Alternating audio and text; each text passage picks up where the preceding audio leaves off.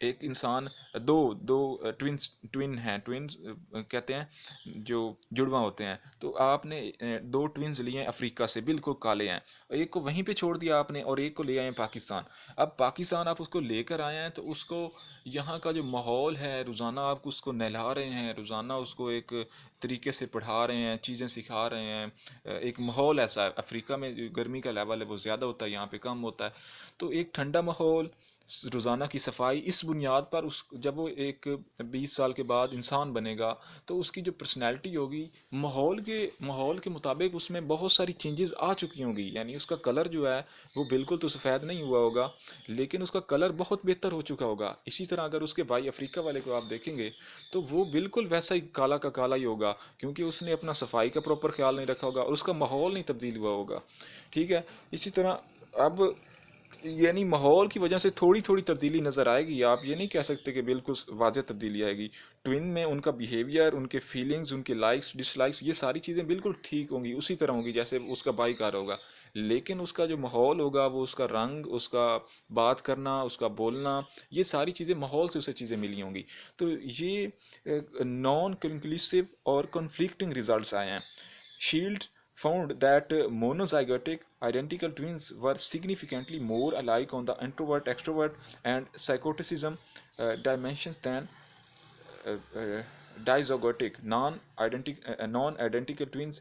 Some studies also suggested that the importance of social factors. یہ دیکھو کچھ studies ایسی ہیں جنہوں نے سوشل فیکٹرز کو ہائی لائٹ کیا کہ جو آپ کا ماحول ہوتا ہے، مین ایز اے سوشل اینیمل، یہ بھی بہت انفلوئنس کرتا ہے بہت ساری چیزوں میں، آپ کی انٹروورٹ اور ایکسٹروورٹ ہونے میں۔ اسی طرح one good element of آئزنک theory is that it takes into account both nature and nurture, یہ نیچر کی بھی بات کرتا ہے، فطرت کی بھی بات کرتا ہے، اور نیچر یعنی جینیٹک انفارمیشن، اور نرچر ماحول external factors. This is an interactionist approach. Interactionist وہ ہوتے ہیں جو نیچر اور نرچر دونوں کے ملا کے انسان کی جو پرسنالٹی بنتی ہے اس پہ بلیو رکھتے ہیں، اور جو ایکسٹریمسٹ ہوتے ہیں، ایک بایولوجیکل ایکسٹریمسٹ ہیں جیسے ڈارون کا کزن ہے فرانسس گالٹن ایک ایکسٹریمسٹ ہے جو جینز پہ بلیو کرتا ہے، وہ کہتا ہے جو انسان کی پرسنالٹی بنتی ہے وہ جینیٹک انفارمیشن زیادہ ہائی لائٹ کرتی ہے۔ اسی طرح جو ڈارون ہے وہ خود ایکسٹریمسٹ ہے، وہ ماحول کو سپورٹ کرتا ہے، آپ کی نیچرل سلیکشن کی بات کرتا ہے، آپ کی ایوولوشن کی بات کرتا ہے۔ تو یہ بیسیکلی آج ہمارا ٹیسٹ تھا، آئزنک پرسنالٹی کویسچن۔